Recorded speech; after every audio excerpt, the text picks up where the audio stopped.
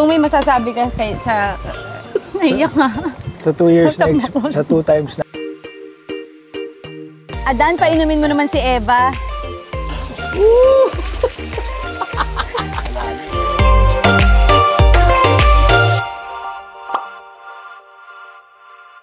Hi, netizens! Hello!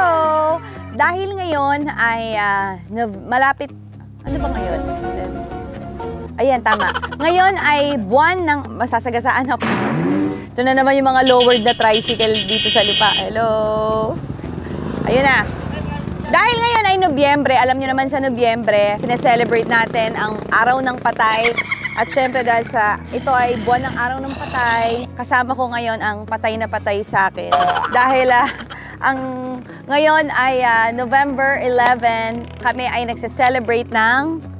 Wedding anniversary. Pang ilan na? 3 years na kami.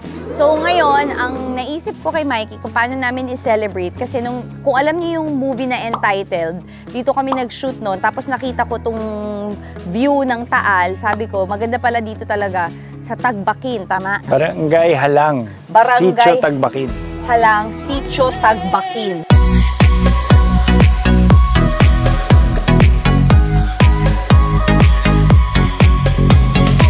Kitang-kita nyo na yung view ng Taal. View ng Taal. Sobrang ganda rito. Ang daming Airbnb, ang daming restaurant. Puntahan ninyo. So, naisip ko, ang tagal na nung Entitled, 2 years ago, sabi ko, bumalik tayo doon. Tapos, try nating mamangka. Kasi yun yung hindi ko nagawa doon sa shooting. So, mamamangka kami sa 2 ilog. Hindi, mamamangka kami ni Mikey. Bangka date. Bangka date. So, hopefully, hindi na kami maistorbo. Tapos, kung sakaling umuga-uga yung bangka, parang wala na lang nangyari. Okay? So, hopefully kaming 2 na lang dito, wala nang iba pang makikita. Halika na. Dito tayo. Ay, sino yung nagpahiram sa atin ng bangka? Andun sila. Andun. Sige, doon tayo. Halika na. Kaya ako natuwa dito dun sa Entitled kasi kahit na hindi siya, yung maaraw siya, presko siya kasi nga dagat. Tsaka yung mga bahay, kahit walang aircon, presko. Sino to? Oh, ako. Kala nyo mga kaligtas kayo, ako magiging bankero nyo ngayon. Feeling mo, si Uncle, pareho pa kami nagdamit, nakakaasahan. Idol kita, pick up. Iiwalay ba ako sa'yo? Ano man nasabi mo, may asukot na naman tayo sa date? Mukhang binuga siya ng Taal eh. Hindi, pero ngayon safe naman dahil, ano ba ngayon, Mike? Okay naman? Okay naman. Medyo safe na, wala nang sulfur, so... Michael Fahatin, ano bang napaka-serious natin ni Michael Fahatin. Parang... Subukan nating mangisda. Kung hindi, papakain na lang tayo sa isda. Nandito naman si Uncle. Ano bang isda meron dito? Tawilis. Sarap nun. Prito. Mahilig ka di ba sa bilasang isda? Ang bilis ang isda. Ang bilasang isda.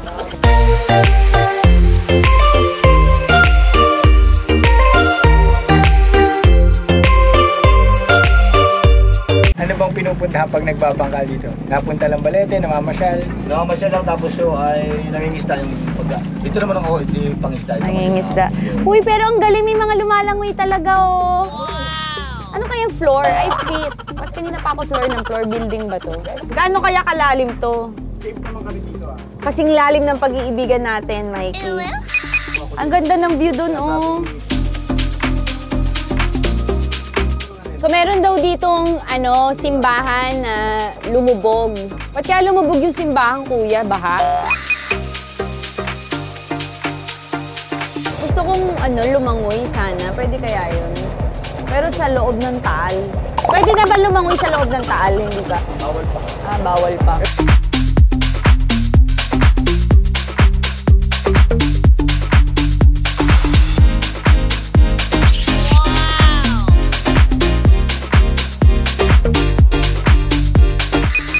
Tapos may grotto pa sila, parang Boracay. Kung may grotto, meron ding arroz caldo.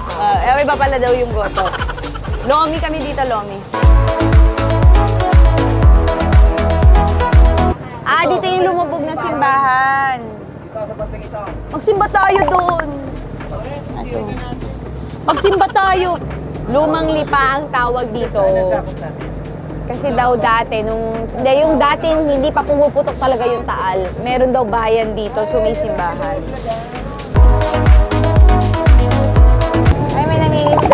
Samahan tayo, tol! Tol, magtira kayo sa atin, Taga-ating ka ha? mo yan. Ba't dito po tayo nangingisda? Dito maraming isda. Wala natin dito. Uy, may tumutunog. Ano yun? Chokoy yun, chokoy. May lumapit eh. Hindi nga. May lumapit. Alutang. Tulog sila mga gantong oras no? Hindi, pero sila, dami nila nakuha eh, no? Kagabi pa daw sila eh. Baka nag-alisan na doon. Baka nabalitaan na nila. May nangingisda doon, huwag kayo doon. Nag-enjoy ka mga isda. Kahit wala ka pa nahuli. Buti ka na maghapon bago ka makaisi dyan.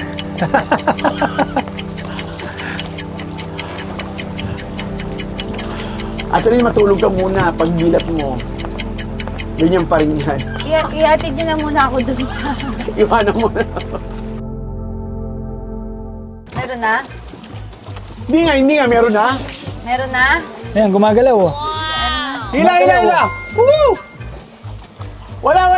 Meron, wala. Sa wala. Ayan, Di. Fake news atay. Dahan-dahan. Oh yeah! Woo!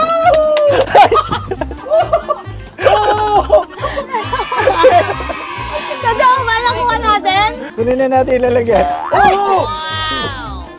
Oh yeah! Galing! Woo! Totoo ba nahuli natin? Yay!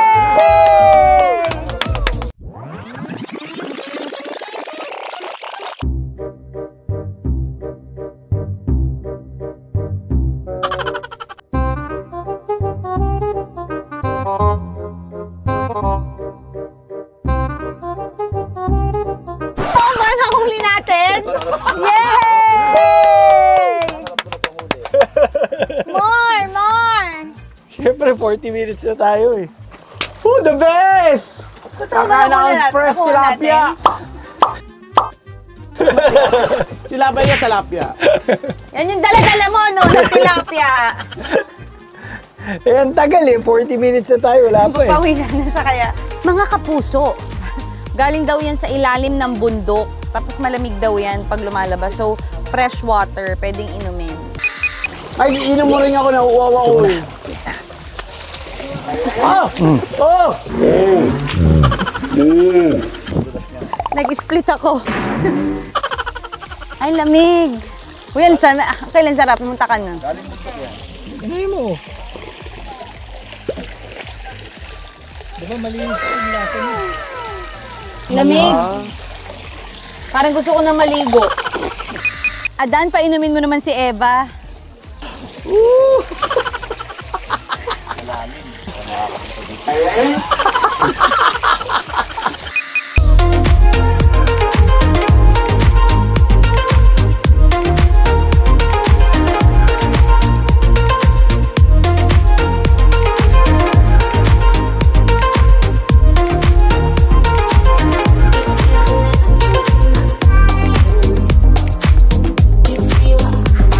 Okay, so now, kakain na tayo dito sa tabing dagat, ay tabing laot. Tabing lawa, kasama ang Taal Lake. Yay! Kaya na! Meron tayong tawilis. Nawilis. Kunting tilapia. Siyempre, merong itlog na maalat. Request ko yan. Ay, puro tinik yung binigay ko kay Mike. Hindi, nakakain ng tinik niyan. Nakakain ng tinik ng tawilis? Sabi. Sure kayo, ha?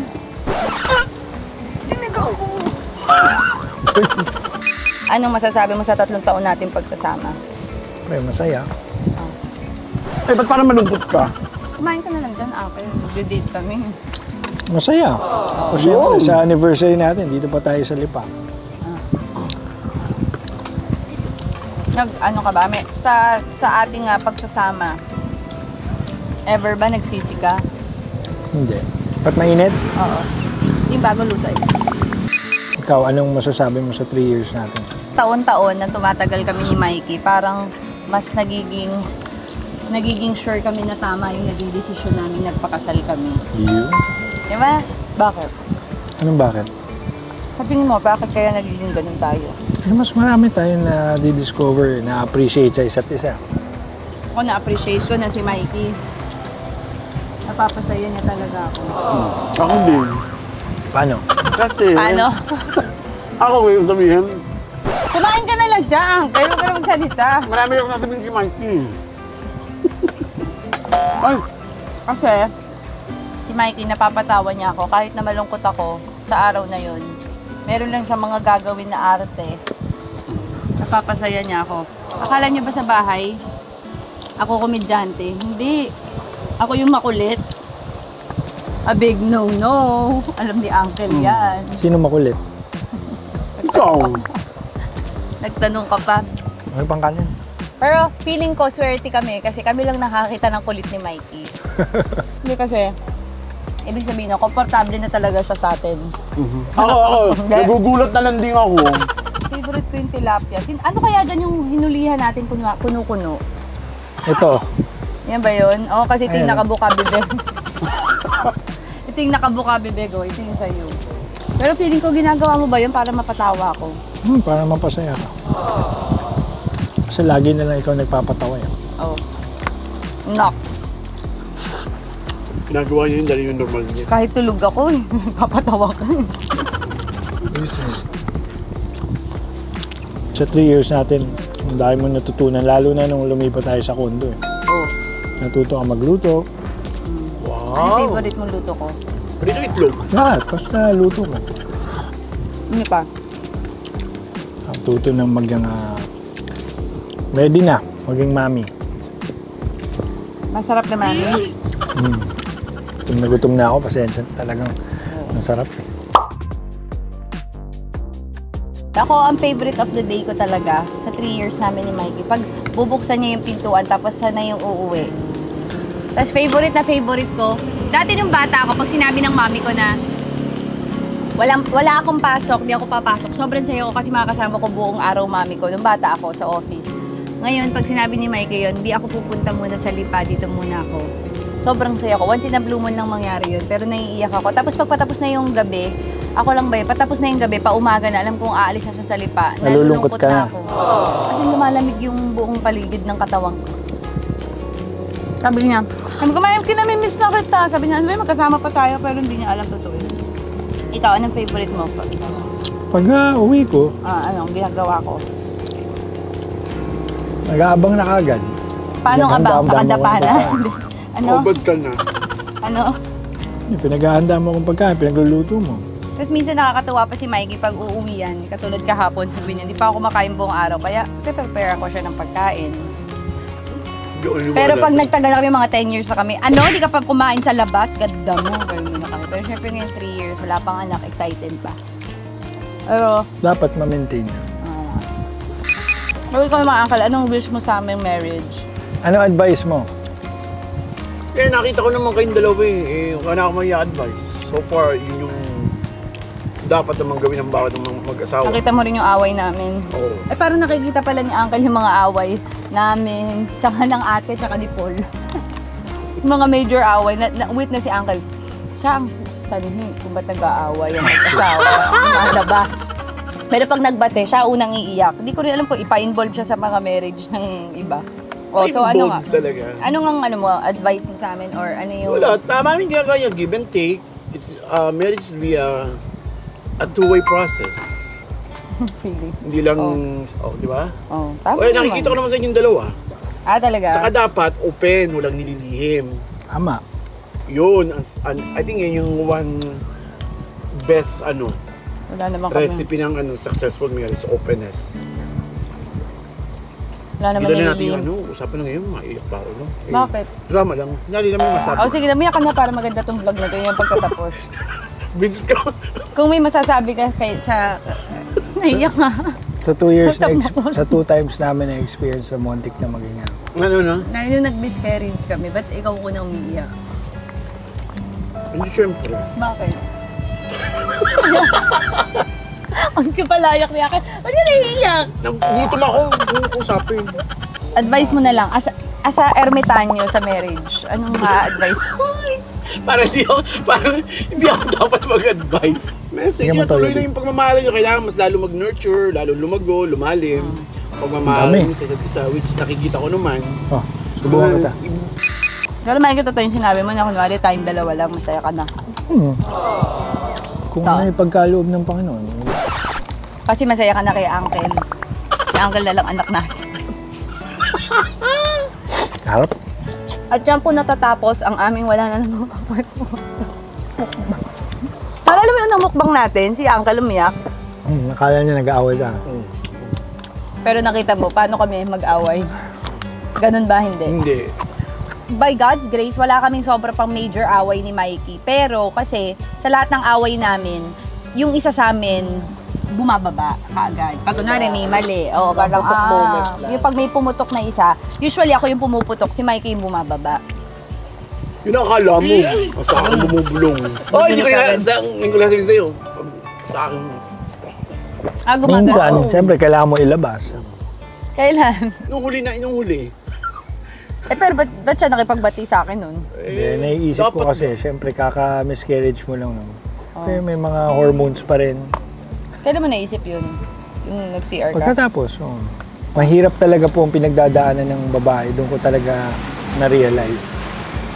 Yung proseso, emotional, kaya minsan kailangan mo lang unawain at intindihin pa lalo.